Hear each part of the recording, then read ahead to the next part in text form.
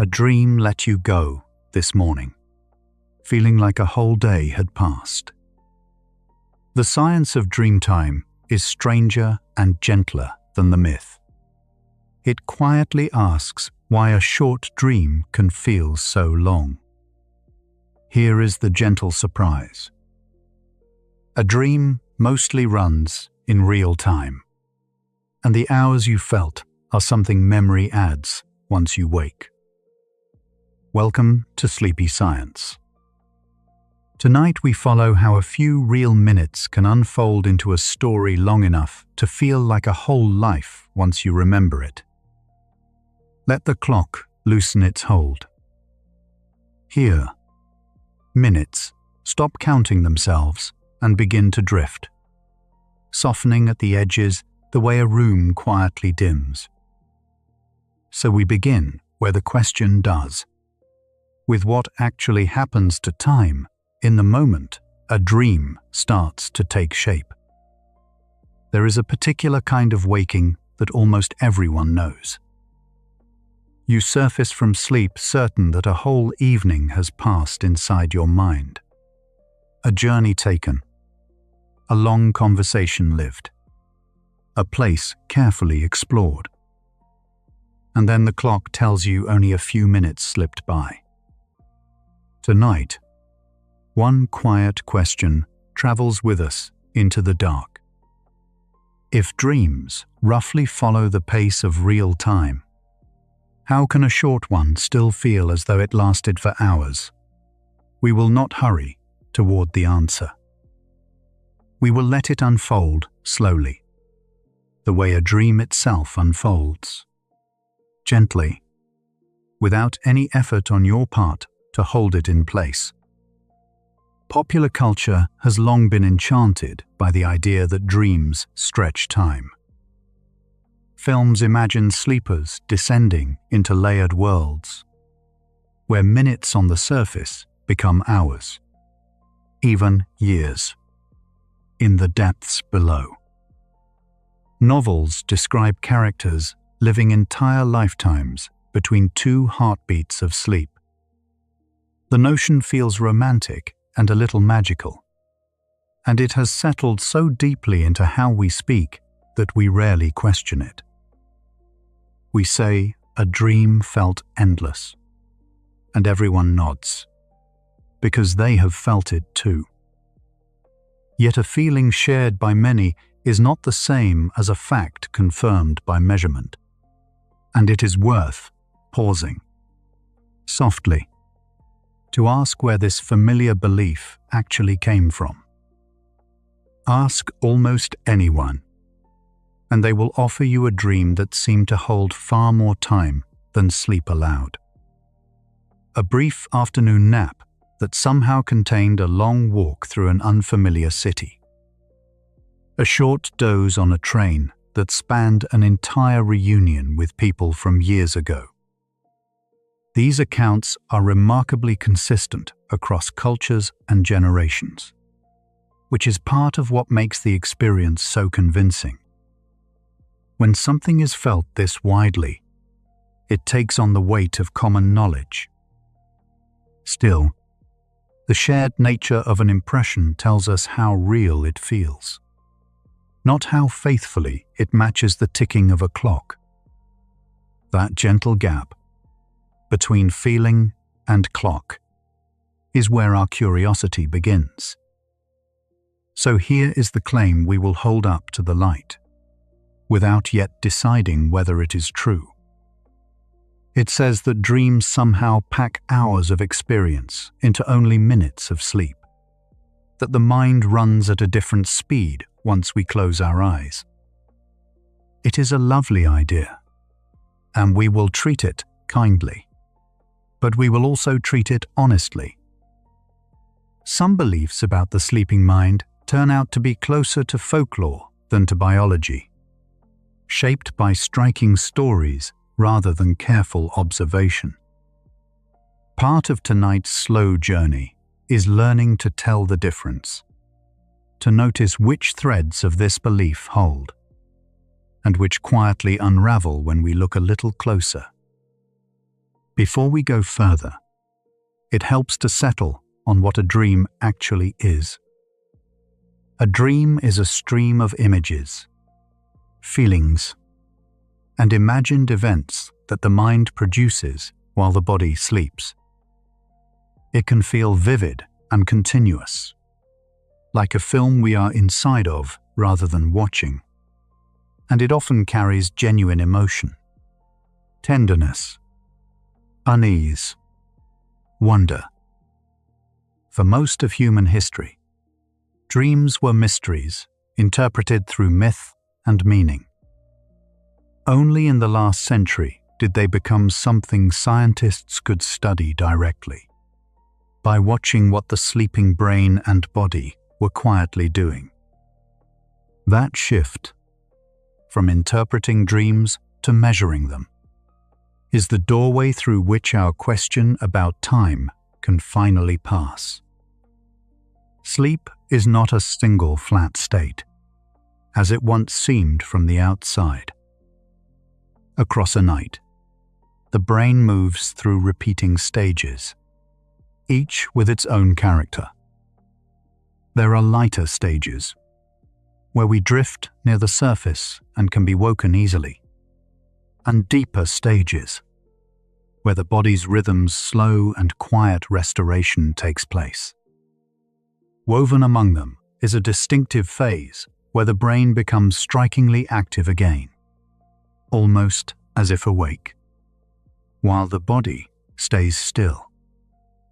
Understanding that dreams live mostly within one particular stage is the first step toward understanding their timing. A dream, it turns out, is not scattered evenly through the night, but gathered into certain windows. That distinctive phase is called REM sleep, named for the rapid eye movements that flicker beneath closed lids. It was first clearly described in the early 1950s, when researchers watching sleeping volunteers noticed their eyes darting back and forth beneath the eyelids, even as the rest of the body lay quiet. Curious, they woke the sleepers during these bursts and found them in the middle of vivid dreams. It was a quiet revelation. The dreaming mind left a visible trace on the body, a signal that could be watched and recorded. For the first time, dreams were no longer entirely hidden. Something happening in the unseen inner world could now be observed from the outside. Most of our most vivid, story-like dreams arrive during REM sleep, though the mind is not entirely silent in other stages. The quieter, non-REM phases can hold dreams too, but they tend to be dimmer and more fragmentary. A single image, a passing thought, a mood without a plot. The elaborate, emotionally charged dreams we usually remember, the ones that seem to unfold like journeys, belong mostly to REM. This matters for our question, because if we want to know how long a dream lasts, we can look at how long these dreaming windows actually last. The felt experience may be slippery, but the biology beneath it leaves marks we can gently measure. The dreaming windows are not all the same length, and they change in an orderly way across the night. Early in sleep, the first REM period may last only a few minutes. As the hours pass, each cycle returns, and the REM stretches grow longer. The final ones before waking can extend to half an hour or more. This is why the dreams we remember most often are the long, elaborate ones from near morning. They simply have more room to unfold. It also gently complicates the idea of dreams as timeless. If dreaming were truly outside of time, why would its windows lengthen so predictably, following the same slow arithmetic, night after night? When researchers add up these windows, a picture emerges that surprises many people. A typical dream lasts on the order of minutes, not hours. Perhaps 5, perhaps 10, perhaps 20 at the longer end. Across a full night, all the REM periods together might amount to something like an hour and a half of dreaming, spread across several separate episodes. No single dream fills the whole night. This is the first quiet crack in the popular belief. The raw material of dreaming, measured by the clock, is modest and finite. And yet the feeling of vast, unhurried time inside a dream remains just as real. Holding both of those truths at once is exactly where our question lives. These stages arrange themselves into cycles, each lasting roughly 90 minutes from one to the next. A healthy night might contain 4 or 5 such cycles, and REM tends to arrive near the end of each one. So dreaming is not a single event, but a series of returns, like a tide that comes in several times before dawn. Between the dreaming windows lie stretches of deeper, seemingly dreamless sleep. When you picture a night this way, as a gentle rhythm of descent and return, the idea of one endless dream begins to soften. The night has a structure, a quiet architecture, and dreams occupy particular rooms within it rather than filling the whole house. What is perhaps most remarkable about REM sleep is how awake the brain appears from the inside. Recordings show patterns of activity strikingly similar to waking, which is why this phase is sometimes called paradoxical sleep. The mind is busy, generating scenes and sensations, while the body is held in a state of near stillness, its major muscles gently switched off. This pairing may be part of why dreams feel so lived in and real. The brain is running much as it does by day, only turned inward, unhooked from the outside world. A mind this active could easily produce experiences rich enough to seem long. But richness and length, as we will slowly see, are not the same thing. There is another reason dreams feel so elusive. Most of them are forgotten almost as soon as they end. During REM sleep, the brain regions that lay down long-term memories work differently than they do in waking. So dreams are rarely encoded in a stable way. Unless we wake directly from a dream and pause to recall it, it tends to dissolve within moments, like breath on cold glass. This fragility shapes everything we believe about dreams, because the only dreams we can talk about are the ones that survived the crossing into waking. What we remember is a small, selected fraction, and memory, as we will keep discovering tonight, has its own quiet way of reshaping what it keeps. Here, then, is the puzzle laid out plainly and without alarm. The measured length of dreams is modest, minutes gathered into a handful of windows. Yet the felt length is often enormous, a sense of having lived through a long afternoon or an entire visit somewhere far away. Both of these are real. The clock is not lying, and neither is your experience. Something happens between the dreaming itself and the moment we look back upon it. Some quiet transformation that stretches a short passage into a spacious one in memory. Following that transformation gently, without forcing it, is the path this hour will take. One soft step after another toward understanding. It helps to remember that even in waking life, our sense of time is far from a steady clock.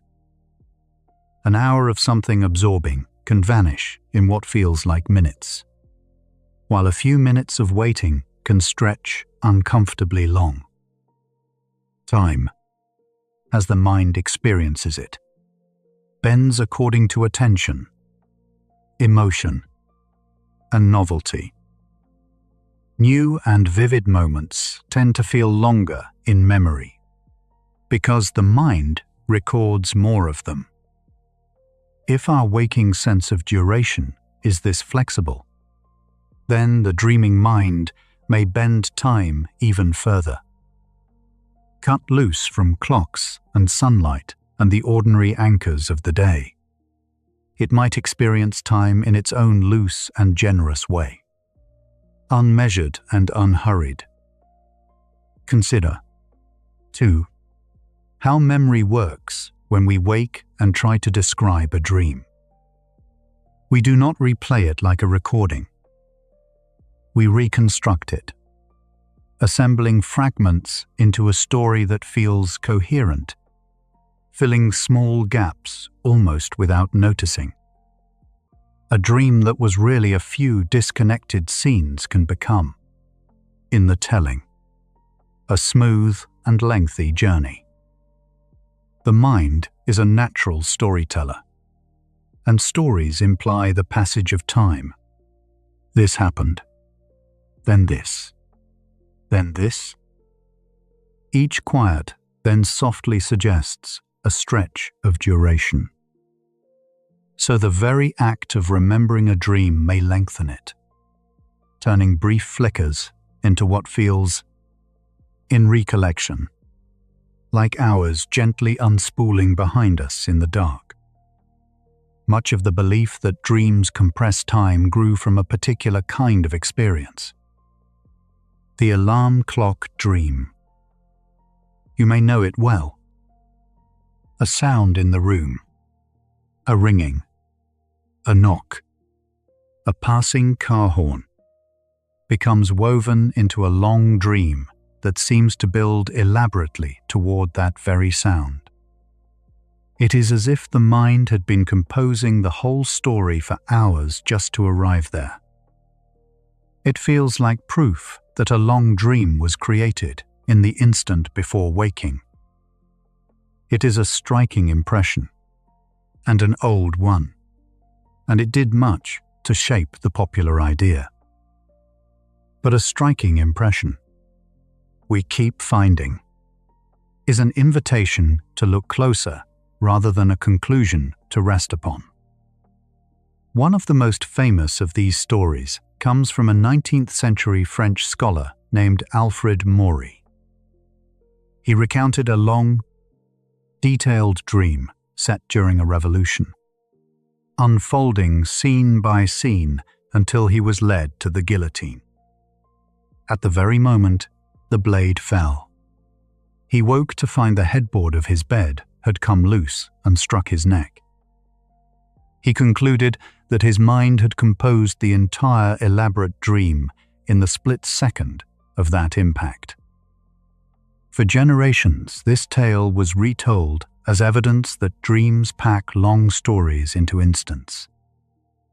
Yet a single remembered anecdote, however vivid, cannot be measured or repeated, and later thinkers would gently question whether it showed what it seemed to show. Maury's story hints at an idea we will return to often. A dream may not be composed in real time at the moment we think it was, and memory may quietly compress or rearrange it after the fact. Perhaps the sensation and the story fused together only in the instant of waking. the mind assembling a plausible narrative to explain a sudden feeling. This is not a failing of the mind, it is one of its most graceful talents. The ability to make meaning quickly, to weave sense out of scattered signals. But that same talent means our memory of a dream is not a faithful clock. It is a story, and stories keep their own soft time. Modern understanding of memory reinforces this gentle suspicion. Remembering is not like opening a stored file. It is more like retelling. And each retelling subtly reshapes what is kept. When we recall a dream, we are already one step removed from whatever actually happened in the sleeping brain. And that step gives duration room to swell. A few vivid images, rich with feeling, can imply a long passage of events when we lay them out in words.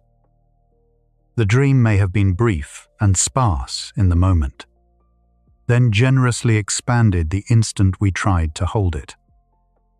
If that is so, the vast feeling of dream time may live not in the dream, but in the remembering of it. For a long time, all anyone had were impressions like Maury's. Vivid, personal, impossible to verify. But the discovery that dreaming left a visible signal in the body changed what was possible. If the eyes moved during dreams, and if that movement could be recorded, then perhaps dream time was not forever beyond reach. Perhaps it could be measured. This is the quiet turning point of our story. The moment the question stopped being purely philosophical and became something a careful experiment could actually approach. In the hours ahead, we will meet the researchers who tried, and the ingenious, patient ways they found to time a dream from the outside and, remarkably, from within. Notice how the question has quietly begun to change shape. We started by asking how a short dream could feel like ours, as though the strangeness lived inside the dream itself. But everything we have gathered so far points somewhere subtler. Dreaming may run close to real time while it happens, and the vast feeling of duration may be born later, in how we remember and retell it. The mystery, in other words, may belong less to sleep than to memory.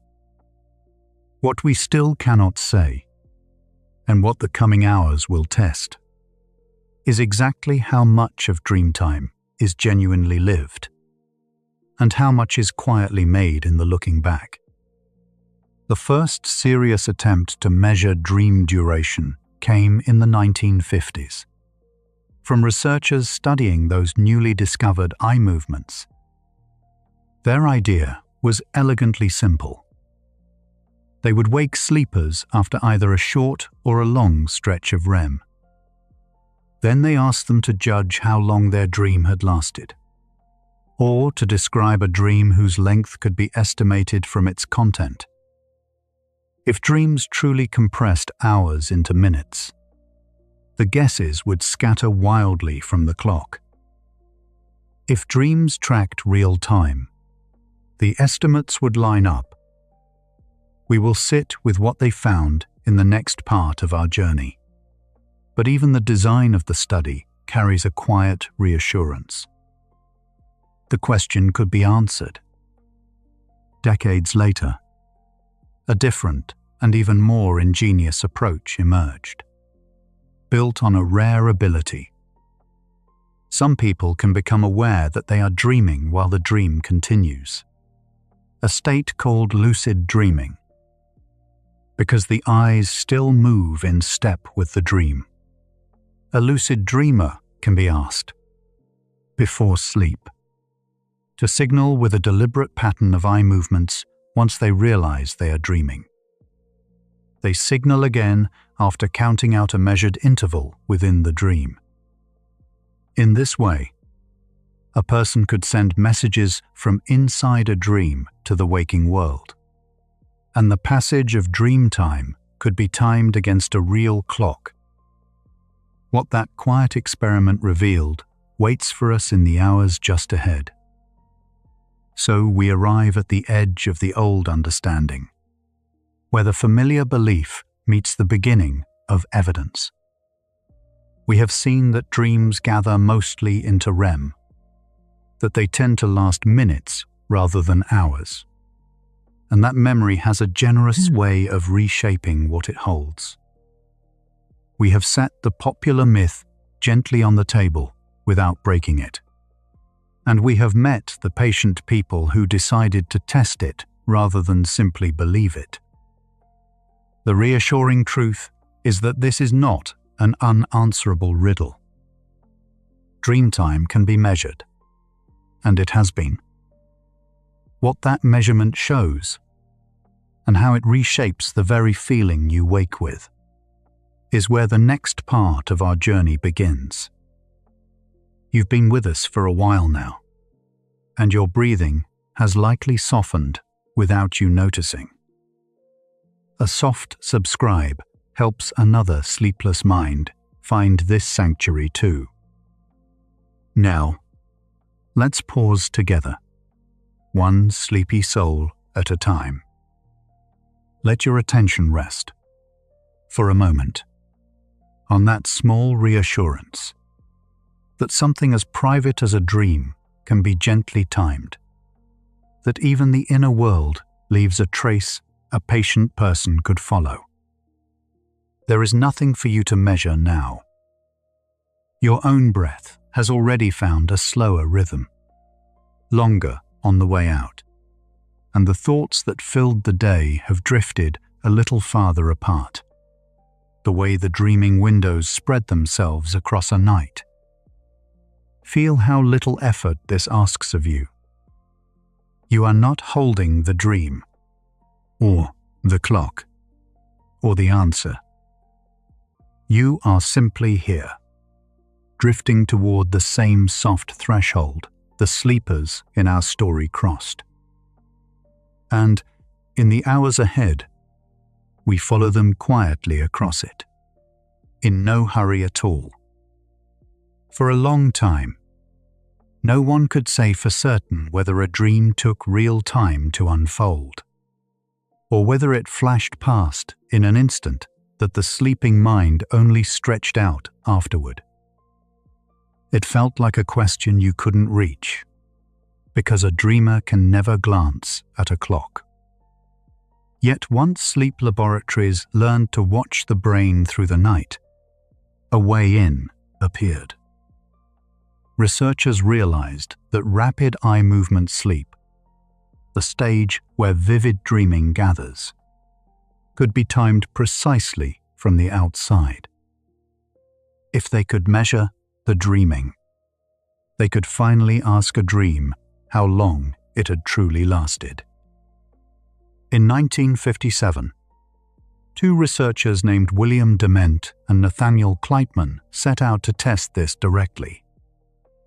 Working in a sleep lab, they watched for the flickering eyes and shifting brain waves that mark REM sleep, and they let that stage run for a set stretch of time. Their idea was simple and rather elegant, because they knew exactly when the dreaming began. They knew exactly how many minutes of it had passed before they woke someone. The dreamer, of course, knew none of that. So a sleeper's own sense of elapsed time could be quietly compared against a clock they had never once seen.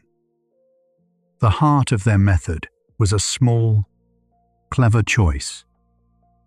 After a person had been in REM sleep for either 5 minutes or 15 minutes, the researchers gently woke them and asked a single question. Had they been dreaming for a short time or a long time?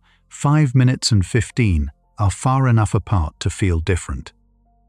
yet both are short enough to sit inside one uninterrupted dream. If dreams ran wildly faster than waking life, the guesses would scatter, unmoored from the real minutes. If dreams kept ordinary time, the sleepers should sort the two lengths correctly, again and again. And that is very close to what happened. When the sleepers had been dreaming for 5 minutes, they tended to report a short dream when 15 minutes had passed. They usually judged it long. Their guesses lined up with the actual stretch of REM sleep far more often than chance could ever explain. Some people could even estimate the elapsed minutes with uncanny accuracy, as if an inner clock had been running quietly beneath the dream. The dreaming mind, it seemed, was not compressing hours into seconds. It was keeping time much the way a waking mind does, minute for ordinary minute. This was a quiet turning point, because it offered something rare, a way to check a private experience against the outside world. A dream can never be handed over for inspection. Only the dreamer ever visits it. Yet by anchoring the dream to measured minutes of REM sleep, Dement and Kleitman found a seam where the inner and outer clocks could be laid side by side. And, laid together, they largely agreed. The result pointed, gently but firmly, toward a single idea: that the time you feel passing inside a dream is roughly the real time passing in the room around your sleeping body. The researchers looked for a second way to test the same idea, one that didn't lean on a sleeper's rough guess. When they woke people from REM sleep, they asked them to describe the dream they had just been having, in as much detail as they could recall. Then they measured something simple: how long that telling ran. The reasoning was that a longer dream should hold more events to recount, and so take more words to unfold. If the dream had truly lasted longer, the story of it should stretch to match. Another quiet thread tying dream time back to the clock. What they found fit the first result closely. People woken after a longer stretch of REM sleep generally had more to tell. More scenes, more turns, more happenings folded into the account. Those woken after only a few minutes tended to describe briefer episodes, as you might expect from a shorter span of experience. The length of the remembered story tracked the length of the real dreaming. It was as if the dream were being lived at an ordinary pace, laying down about as much event per minute as waking life does.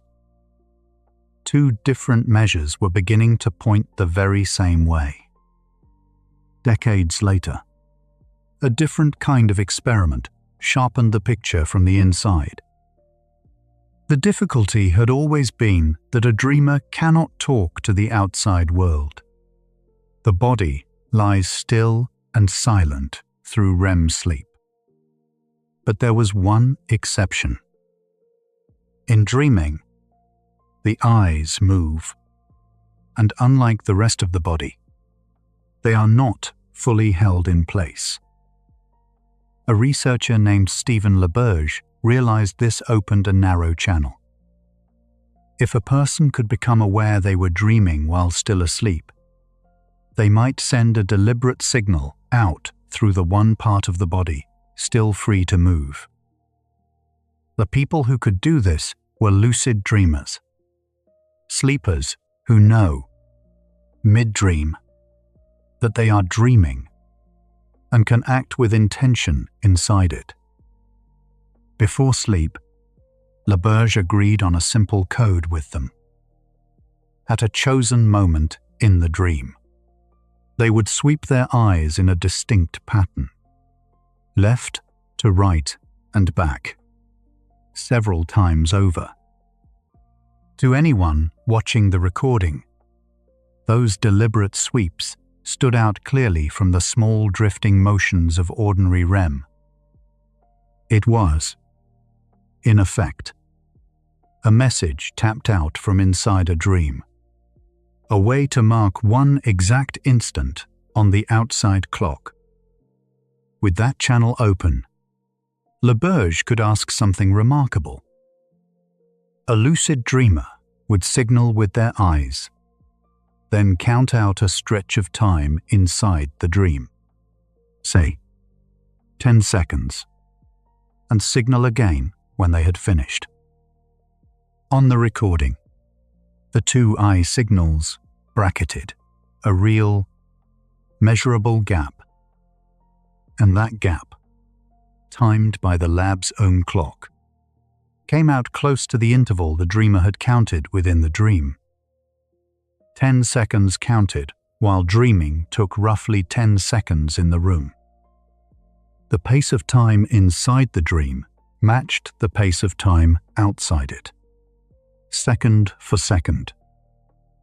Now, 3 separate approaches were leaning toward one answer. Sleepers could judge whether 5 or 15 minutes had passed. The length of their dream stories tracked the real minutes. And lucid dreamers, signaling from within, counted intervals that matched the lab clock almost exactly. None of these methods depended on the others, and each carried its own weaknesses. Yet they converged. When independent lines of evidence, gathered in different ways across different decades, all point the same direction, a conclusion grows sturdy. And here they were pointing, together, at something almost ordinary. That a dream keeps time much as a waking hour does. So the picture the science paints is clear enough to state plainly. Dreams mostly unfold in real time. A dream that feels as though it lasted 20 minutes was very likely a REM period of about 20 minutes. The striking idea that whole hours, or even days, can be lived out in a few sleeping seconds. The kind of thing films like Inception build their worlds upon, does not hold up under measurement. It is a beautiful image, and an old one, but the evidence gathered in quiet sleep labs simply doesn't support it. Dream time, for the most part, is just time. There is something quietly steadying in this. The dreaming mind is not a magician folding hours into instants. It is closer to a companion moving beside you at your own pace through the night. Each dream is its own small span of lived time, no faster and no slower than the minutes ticking past in the dark room. The wildness of dreams lives in their content, the impossible places, the shifting faces, and not in their speed. Beneath all the strangeness, the clock keeps its ordinary rhythm, the same unhurried counting that carries you through any waking hour. Notice how little needs to happen here. The minutes are only passing, the way they always do, and nothing is being asked of you but to let them. Your breath has likely lengthened without your deciding it, thoughts drifting a little farther apart. Let one slow breath go now, unhurried, and feel how the night keeps its own gentle time around you. There is more to follow, and it can carry you softly onward. Still, honesty asks for one refinement. Saying a dream runs in real time does not mean it flows as smoothly as an unbroken afternoon. Dreams are famous for their jumps. One moment you are in a house, the next on a shoreline, with no journey stitched between. In this way, a dream behaves a little like a film. A movie may cover a whole day in 90 minutes, not by speeding time up, but by cutting, skipping the dull stretches, leaping from scene to scene. Dreams edit themselves the same way, dropping the in-between and moving straight to whatever matters next. Yet within any single scene, the flow runs at an ordinary pace. A step takes a step's worth of time. A spoken sentence, its natural length. The film-like cuts fall between scenes, not inside them. The moment-to-moment texture stays true to real time, which leaves us with a gentler, more interesting puzzle than the one we began with. If a dream really does keep honest time, then when it feels like hours, the stretching isn't happening in the dreaming at all. Something in how we remember it, how the mind lays down its story, may be doing the lengthening. And that is where we turn next. One leading idea about why dreams feel so long begins with how we measure time at all. When you look back on any stretch of hours, you don't really count minutes. You count what happened. A day crowded with new places and faces feels vast. An empty afternoon shrinks to almost nothing. Dreams, some researchers suggest, are unusually crowded. Scene after scene shifts, each one fresh and often unrelated to the last. So when you wake and glance back, the mind finds a long trail of events and quietly assumes a long span of time. Nothing here is settled, yet it is one idea worth resting inside tonight. Consider how a single dream can carry you through a house, then a shoreline, then a room you have never seen, with no doors between them. Waking life almost never moves this way. Each of those shifts, one hypothesis holds, works a little like a mile marker that your memory later reads as distance traveled through time. The more markers it finds, the longer the felt journey becomes. It is a gentle sleight of the mind. The real minutes stay few, but the trail of changes reads as many. Scientists still test this idea carefully, weighing it against others, unsure yet how much of the stretch it truly explains. There is something tender about how quickly a dream slips away. Within moments of waking, most of it is already dissolving, and the mind reaches to hold whatever remains. What you keep is not a recording, but a reconstruction. A few fragments gathered and gently arranged into a story. Some researchers think this very act of rebuilding is where the feeling of length is quietly born. A story, once assembled, seems to need time to have happened, even when the dream itself lasted only minutes. The remembering, in this view, is not a clear window onto the dream, but a soft, creative retelling of it, made new each time you wake. Imagine waking with only 3 or 4 vivid pieces. A face, a fall, a voice, a wide grey sky. The mind dislikes gaps, so it quietly fills them, threading the pieces into something that flows. One idea researchers weigh is that this stitching adds implied time between the fragments. The unseen walking, the unheard conversation, the passage from one scene into the next.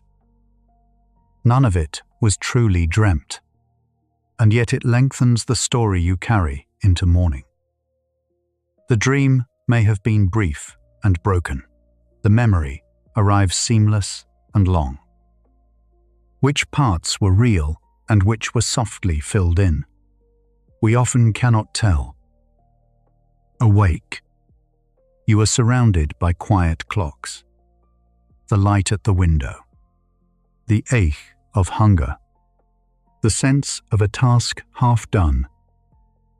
These cues let you feel roughly how much time has slipped by, even without ever looking. In dreams, nearly all of them fall silent. There is no window, no clear body, no schedule pressing softly in. Without those anchors, one hypothesis suggests felt time simply floats free, unable to fasten itself to anything solid. A single moment can seem to stretch or fold because nothing stands beside it to be measured against. Researchers still ask how large this effect really is, but the missing clocks feel telling. Deep in sleep, even the body's own timekeeping softens. The steady signals that usually mark the hours, shifting temperature, the slow tides of hormones, carry on. Yet the sleeping mind seems to read them only faintly, if at all. So the question we began with has quietly turned. We started by asking how a short dream can feel so long. Now, it looks less like a puzzle about the dream and more like one about us. About how much of time is something we build rather than something we simply pass through. The minutes may be real and few. The length, it seems, is partly ours to make. Within a dream, time can leap without any warning. One moment you are speaking with someone, the next, with no bridge at all, you are elsewhere, and the conversation is simply gone.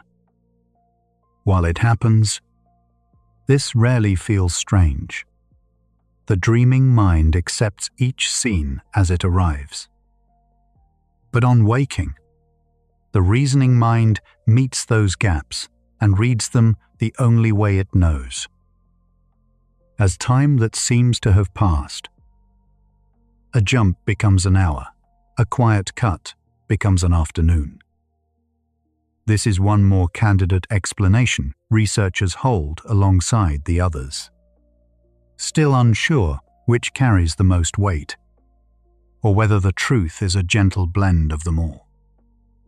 Feeling seems to bend time, in dreams as in waking life. A moment of fear or wonder can swell until it feels far longer than the few seconds it actually filled. Dreams are often steeped in emotion, vivid, close, sometimes overwhelming. And some researchers propose that this intensity alone can stretch the felt span of a scene.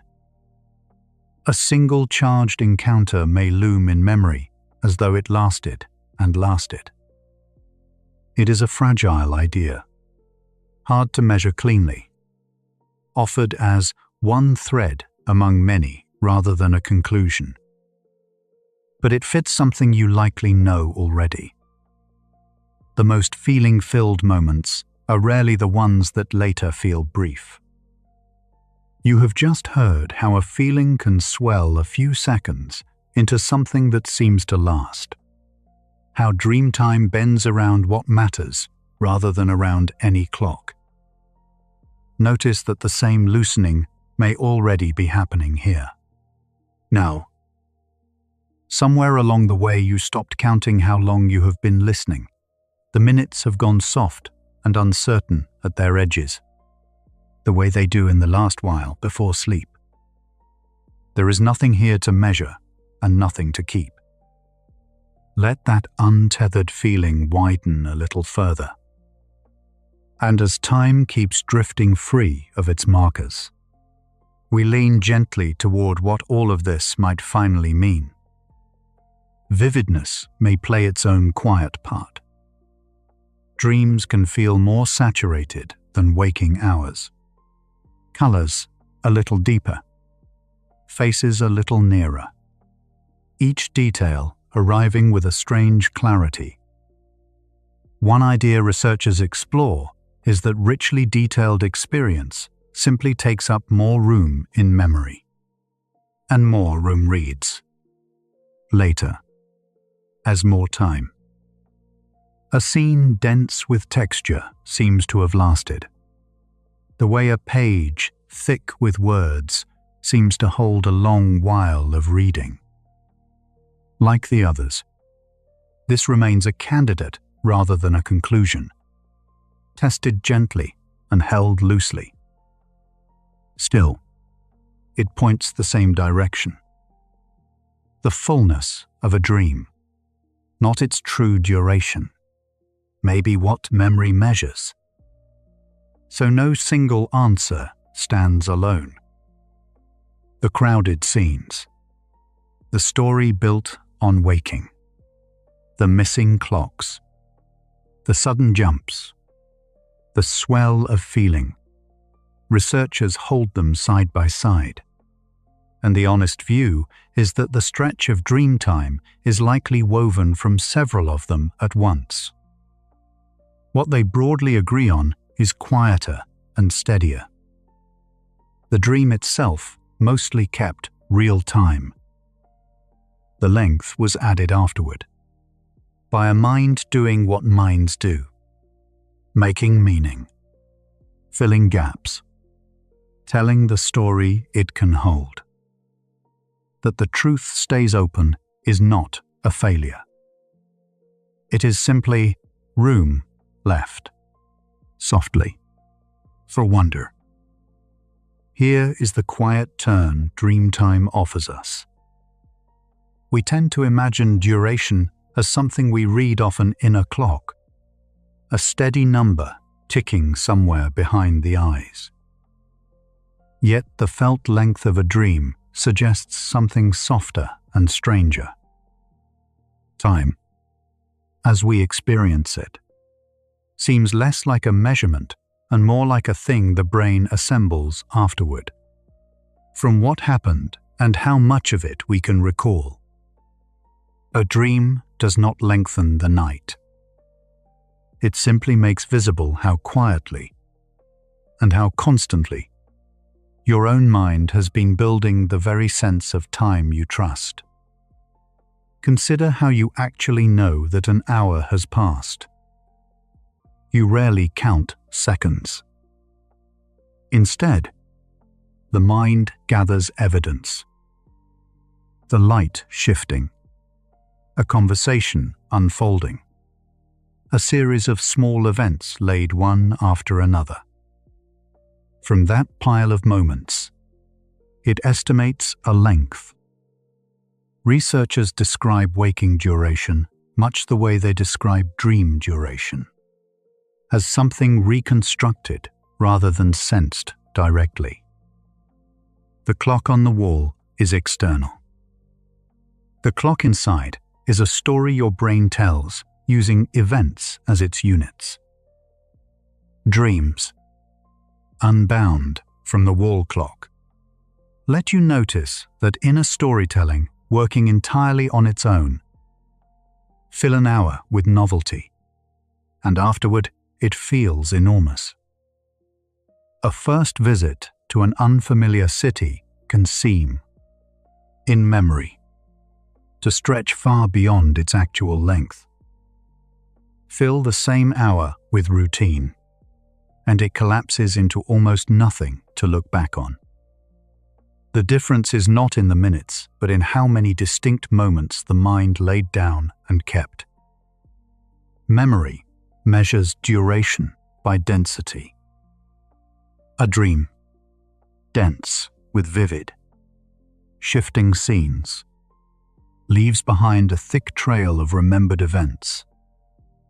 When you wake and weigh that trail, the night's brief window can feel far larger than it was. Boredom offers the same lesson from the opposite side.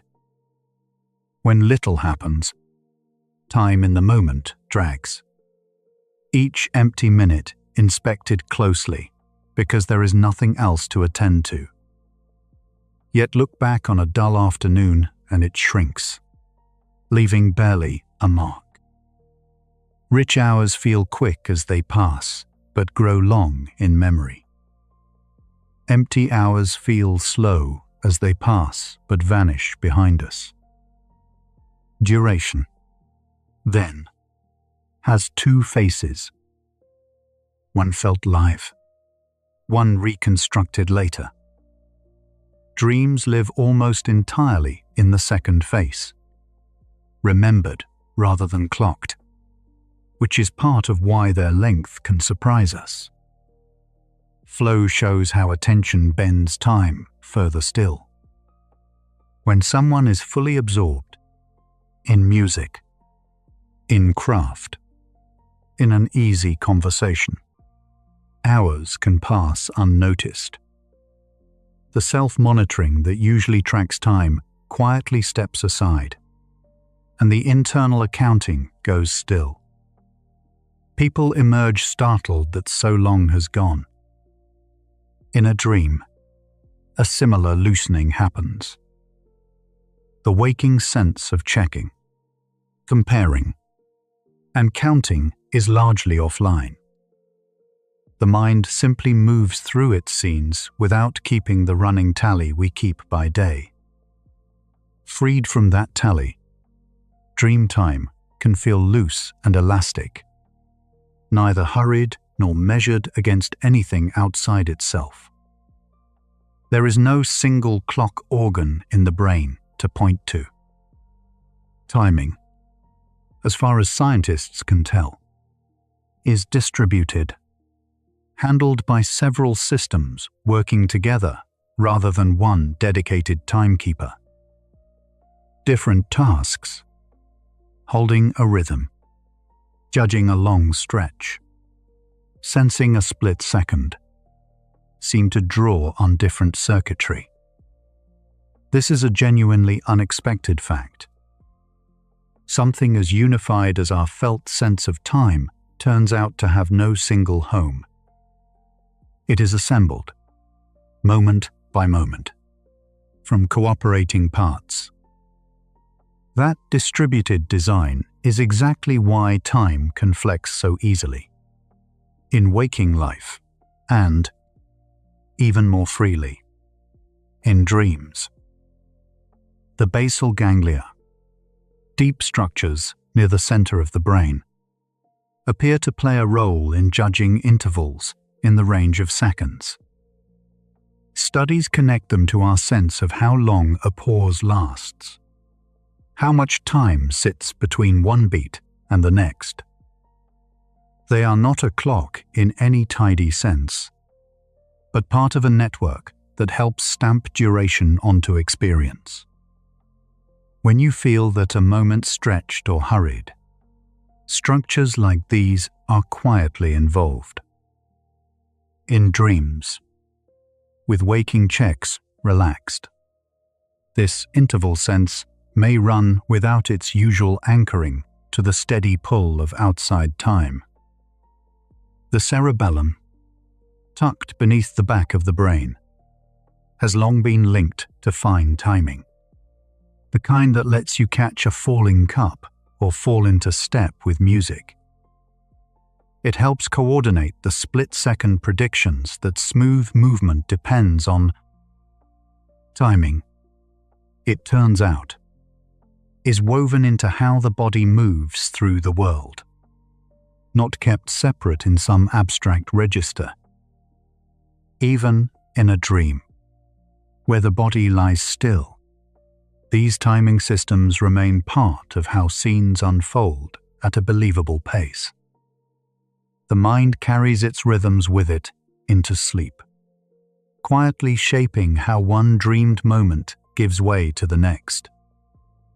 Prefrontal regions, near the front of the brain, seem to hold time across longer spans, helping us estimate minutes and keep track of sequence and order. They lean heavily on memory, on how many events we can gather and arrange. This is why a well-remembered stretch feels long and a hazy one feels short. In sleep, prefrontal activity shifts and quiets in ways that differ from waking. That change may be part of why dream time obeys its own softer rules, less tethered to careful counting, more shaped by the loose flow of images arriving one after another through the night. Put these pieces together and a picture forms. Fast timing, interval timing, and long duration each ride on different systems. None of them a master clock. Your seamless sense of time is a collaboration, stitched so smoothly that the seams never show. Because it is built rather than read, it can be nudged by mood, by attention, by novelty, by sleep. Dreams simply push those nudges further, into a place where the outside clock has no vote. What feels like a strange distortion of time is really the ordinary machinery of time perception, running in unusually free conditions. It helps to separate two things people often blur together. There is time as it truly passes, steady, indifferent, measurable by any clock. And there is time as it feels, built by the brain from events and memory. These two rarely match exactly, even when you are wide awake. A tense wait and a happy hour of equal length leave utterly unequal impressions.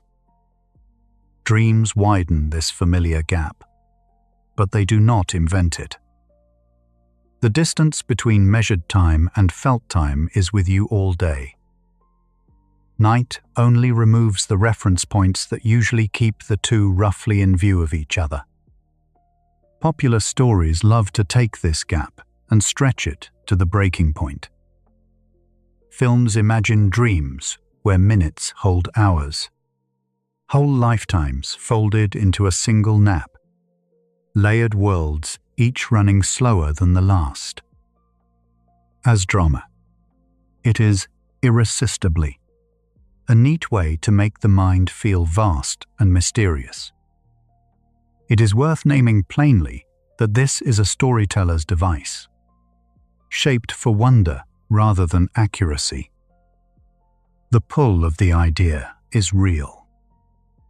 The mechanism it pictures is not what the evidence describes. And the quieter truth, once you settle into it, holds a wonder of its own. Because when scientists have actually looked, the picture is calmer than the films.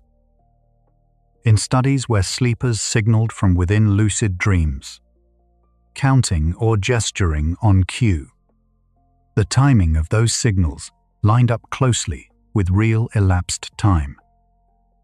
A dreamed action that should take 10 seconds took, by the clock, about 10 seconds. The dreaming mind was not racing through hidden hours. It was moving, near enough, at the pace of the waking world. The spectacle of time, compressed into an instant, belongs to fiction. The measured reality is gentler. Dreams keep loose but recognizable step with the night. So why does a dream so often feel far longer than the clock allows? The likeliest answer is not in the dreaming, but in the remembering. On waking, the mind sweeps up the dream's crowd of vivid, disconnected scenes and, out of habit, estimates their length, the only way it knows, by their richness. So many events, surely, would need a long time. But that reasoning, reliable by day, misleads at night, because dreams pack events tightly without the ordinary spacing of real minutes. This mechanism, felt length from event density, is still debated. Hold it gently, as a strong hunch rather than a settled fact. Notice how much of the mystery dissolves once you locate it in memory rather than in some warp of the night itself. Nothing exotic needs to happen while you sleep. The same event counting the brain uses all day simply meets unusually dense material and overestimates. The way anyone might guess a packed afternoon was longer than it was. The strangeness moves from the dream into the act of measuring the dream. That is a smaller, more ordinary kind of strangeness, and somehow a more trustworthy one. The night is not bending time. The waking mind is doing its usual arithmetic on unusual input. There is a tenderness worth pausing on here. The dream that felt like hours was not a trick played against you, nor a glitch in the machinery of sleep. It was a full, textured experience, offered inside a short pocket of rest. Your mind gave you a whole small world, and asked almost nothing of the clock to do it. Where waking life spends time freely to fill itself, the dreaming mind fills without spending. That is not an error to correct. It is a quiet generosity of sleep, handing you richness at almost no cost to the passing night. Think of what this means for the anxious hours before sleep. Many people lie awake, fearing they are wasting the night, watching minutes leak away unused.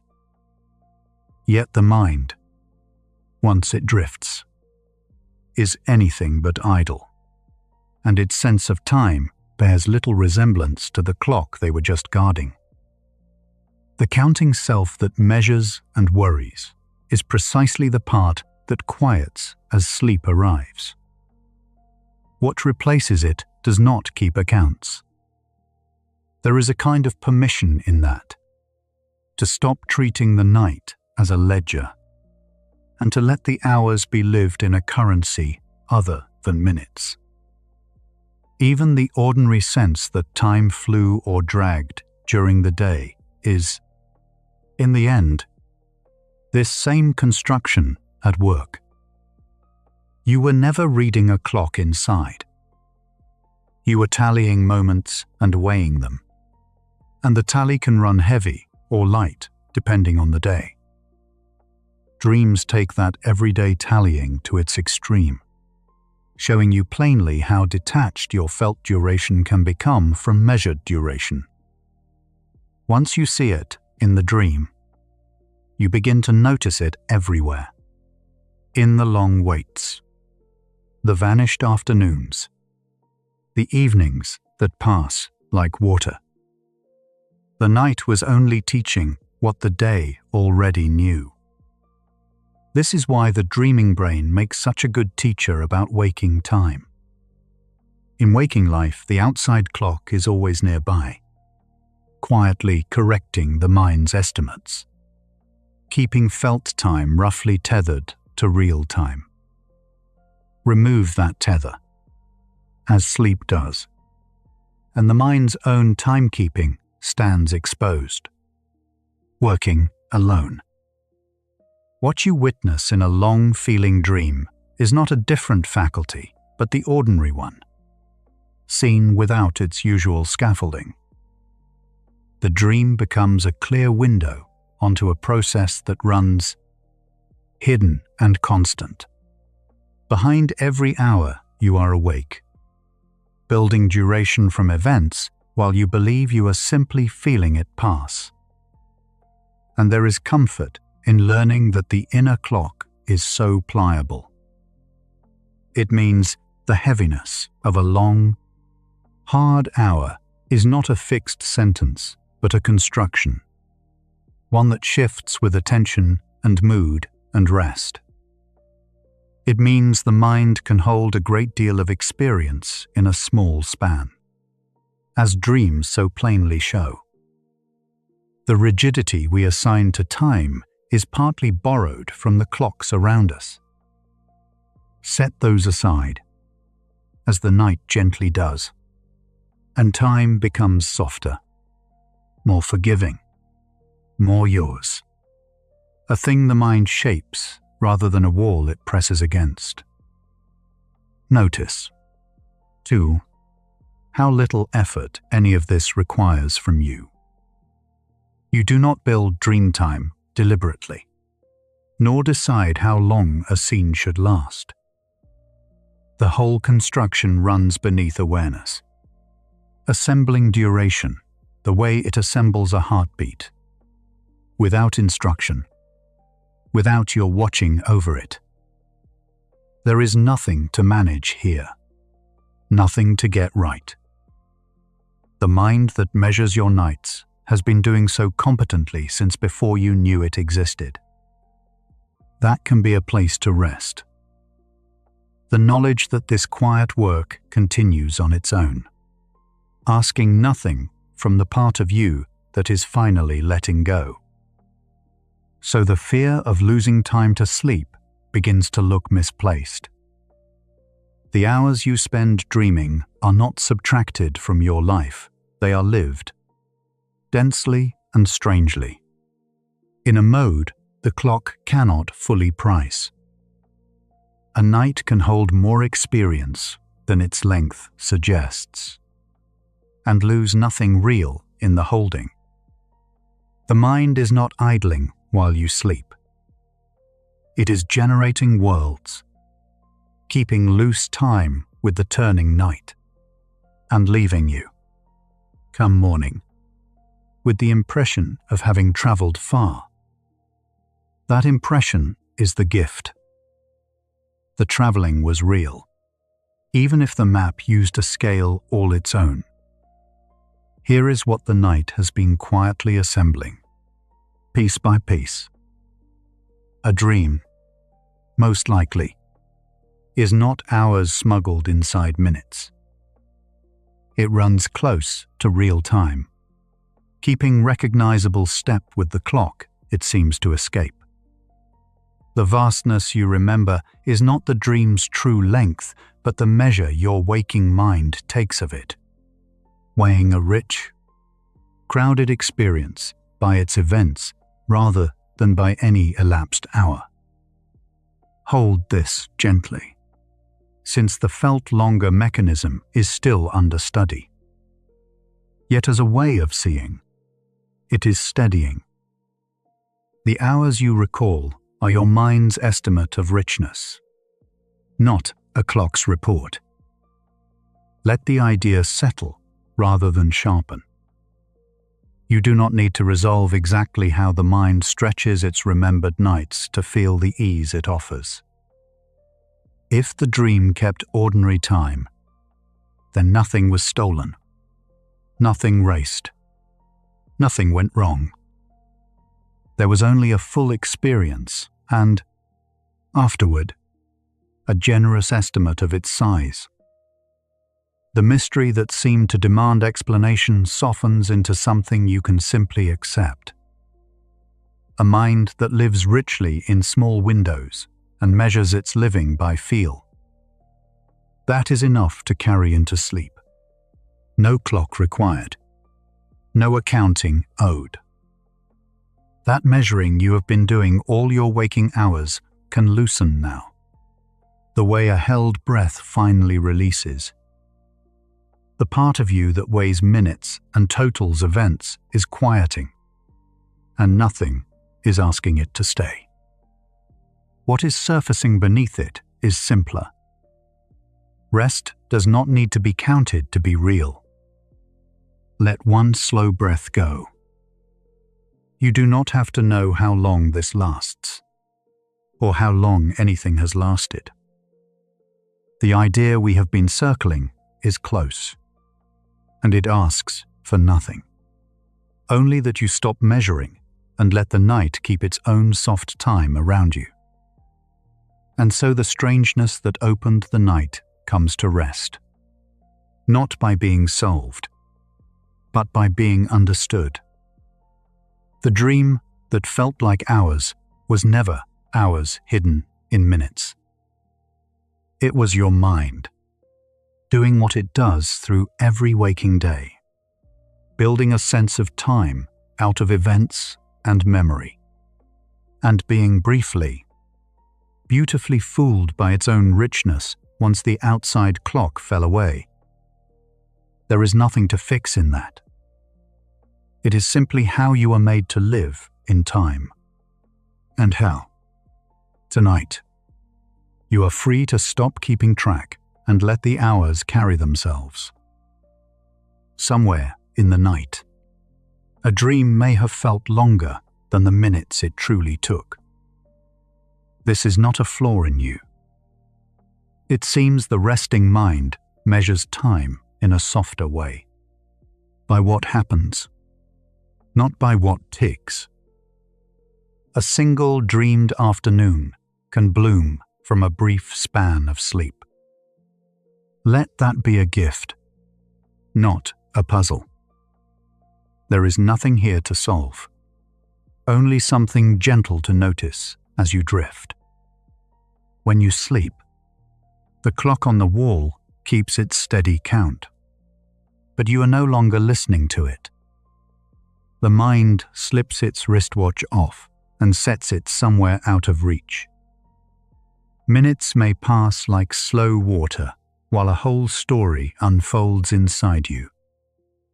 Perhaps this is why waking from a nap can feel like returning from far away. You can let the hours look after themselves tonight. They will still be there.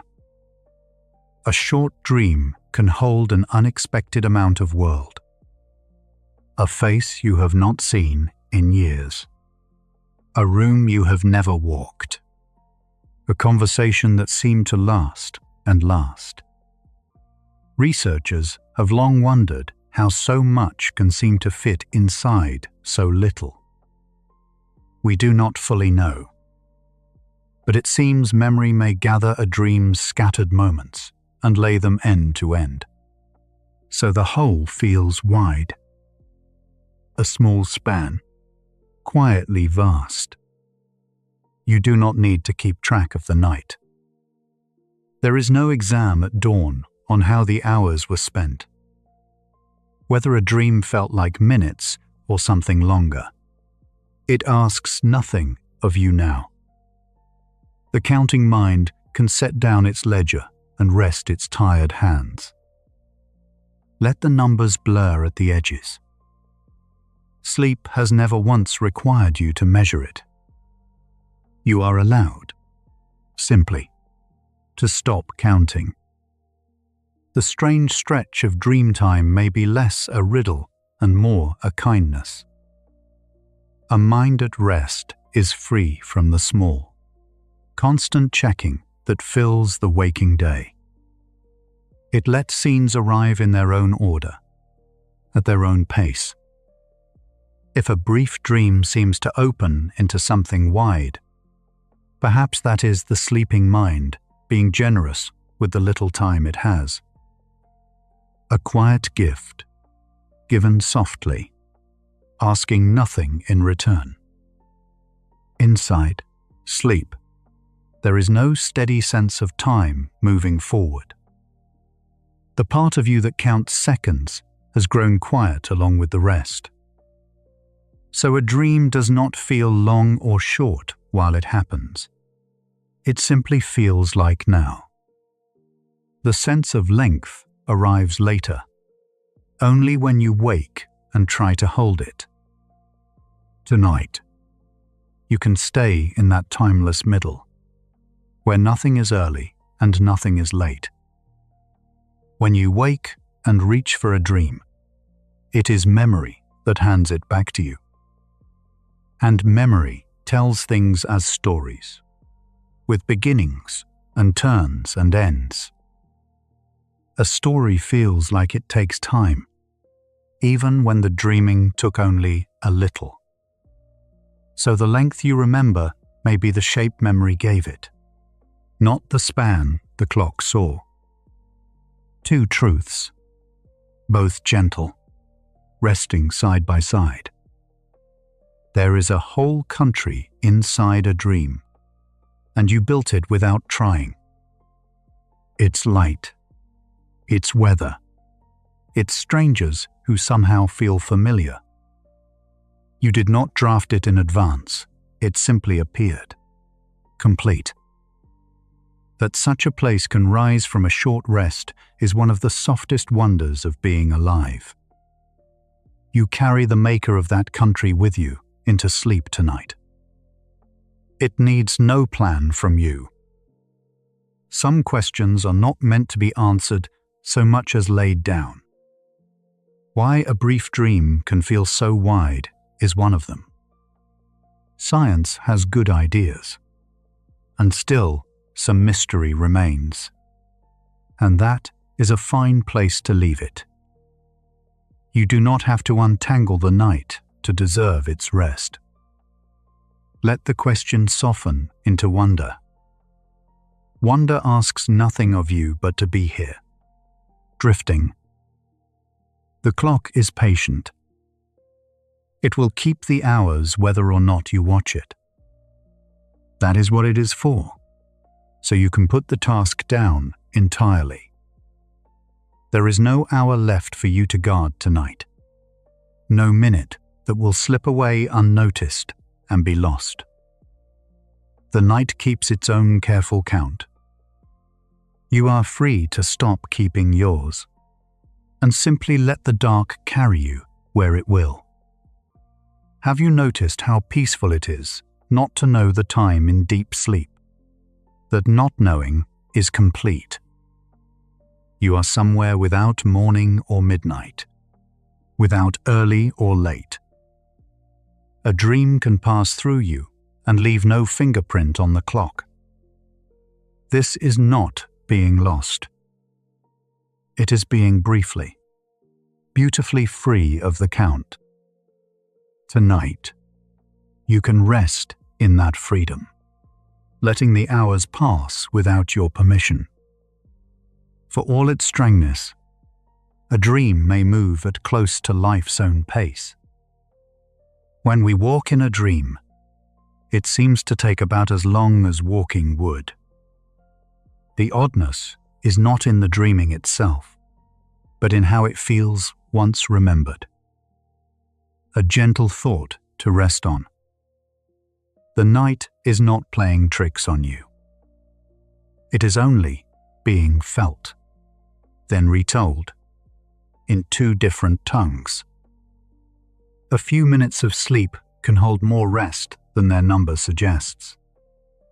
The body loosens, the breath deepens, and something in you begins to mend. You do not have to sleep for hours to be given something real. Even a short drift downward is not wasted. So if the night feels short, trust that it was still enough. A small span can carry a whole measure of quiet. All day, the clock ruled you. Appointments, minute, the thin pressure of running late. Here, at the edge of sleep, its grip is loosening, finger by finger. You can feel the hours growing soft, less like a fence and more like fog. Nothing waits to be timed. Nothing is measured against a deadline now. Let the day's clock dissolve, and let your only rhythm be the slow rise and fall of breath. The elastic feeling of dream time belongs to you alone. No one else will ever measure their night by yours. Your dreams stretch and fold in a way that is entirely, quietly private. There is something tender in that, a small inner world only you will visit. You do not have to explain it or share it. You can simply let it happen tonight, unmeasured and unseen. A country with one gentle citizen. There is a quiet generosity in how the sleeping mind treats time.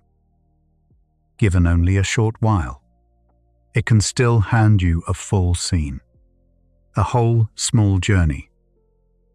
It does not hoard the minutes, it opens them.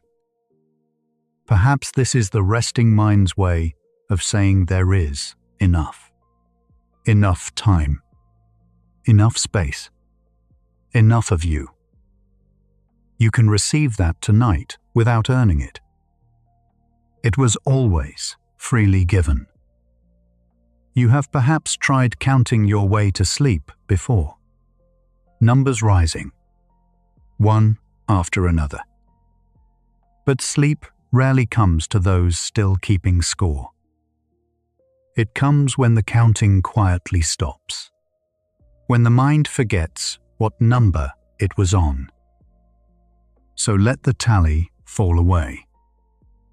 Let there be no first, no next, no last. In the space where counting ends, something softer is waiting to carry you down. A dream never takes anything from your night. It does not steal the hours or shorten your rest, even when it seems to last and last. The clock outside stays honest and unhurried. Whatever a dream shows you, it gives freely and asks for nothing back. You wake with the same night you were given, whole. So there is no loss to fear here, only a small, borrowed world, returned gently at dawn. Time is one of the many things you are allowed to put down tonight. You carried it all day, checking, planning, counting ahead. Now your hands can open. Let the minutes go loose. Let the hours drift out of reach. You will not lose your way without them. The night knows the path down into sleep, and it does not need you to keep time. Simply follow and let go. It is a soft kind of magic. How the brief can hold the vast. A short dream, a whole world. A single breath, a moment of complete peace. You do not have to have long stretches of time to touch something large. The smallest span, entered gently, can open wide. As you drift now, let this breath be one of those, brief on the clock, yet somehow enough to rest inside. So let the riddle go. Whether 5 minutes can feel like hours is a lovely thing to wonder, and a lovelier thing to release. You came here carrying that small strangeness, and now you can set it by the bed. It will keep until morning, if you ever wish to pick it up again.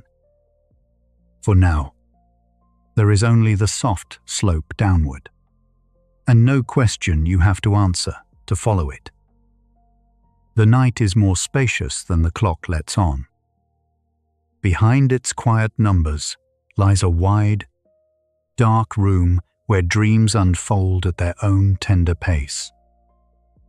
You have all the space you could want in there, and no one watching the door. Settle into that roominess. There is nowhere you have to be, no length you have to fill. The night simply holds you, unhurried, for as long as it holds you. You can trust the part of you that handles the night. It has done this thousands of times, without your help. It knows when to dream and when to fall still, when to stretch a moment and when to let it pass. You do not have to supervise it. Hand the whole night over to that quiet keeper inside you. It has never once needed instructions. It only needs you to let go. You are very close now to sleep. The words are growing quieter, the space between them wider. Soon there will be no facts left, only the slow tide of your own breathing. Whatever the night brings, a long dream, a short one, or only darkness, it will be exactly enough. There is nothing more to understand. Let this be the last thought you hold before the gentle dark takes it too. A dream never stole an hour from your night. It only took a small span of rest and gave it the shape of something vast. A whole world folded softly into a few quiet minutes. You can let the clock go now. You do not need to know how long anything lasted. You were here. You were held. And the night was always enough. Rest. Quiet one. The hours will keep themselves. 100 facts ago, a 5-minute dream seemed to hold a whole day inside it. Now we understand a little more gently. We followed Dement and Kleitman, who woke sleepers and found their sense of a dream's length matched. Roughly, the real minutes of REM. We watched Laberge's lucid dreamers signal from inside their dreams, their timed intervals lining up with the lab's own clock. The dreaming, it seems, kept close to real time. It was memory, later, that made it feel so vast. Perhaps this is what you carry now. A dream does not lengthen the night. It only deepens it. A brief span, given the shape of something wide, and no less rest for having felt so vast. Perhaps this hour let the strangeness of dream time settle into something softer. A gentle like, a quiet subscribe, or a share can help another restless mind find this same unhurried place, where the clock loosens and the night grows wide. One quiet tap, one sleepy soul at a time. Somewhere behind your stilling eyes, the sense of passing time is already loosening its hold. Not because you willed it, because you stopped watching it move. A single slow breath can hold all the time you need right now. The next can hold a little more. Let the minutes go soft and shapeless. Let your whole self dissolve into that widening quiet, where a small span of rest becomes something vast and asks nothing of the clock. You can let these thoughts drift out of reach now, like a dream loosening its shape the moment before you wake. Let your body grow heavy and still. If sleep comes, let it take you somewhere time cannot follow, where a few quiet minutes are all the night you need. The Psychology for Sleep playlist has spent many hours in this quiet territory, the place where the sleeping mind bends time and meaning. And still one question waits. If a dream can make minutes feel vast, what else about the mind at rest are we only beginning to understand? That hour is waiting whenever you are ready. But if your eyes are closed, stay there. Rest well. Quiet one. The night was always enough, exactly as long as it was. Gentle facts for restless minds. Sleep well. Good night.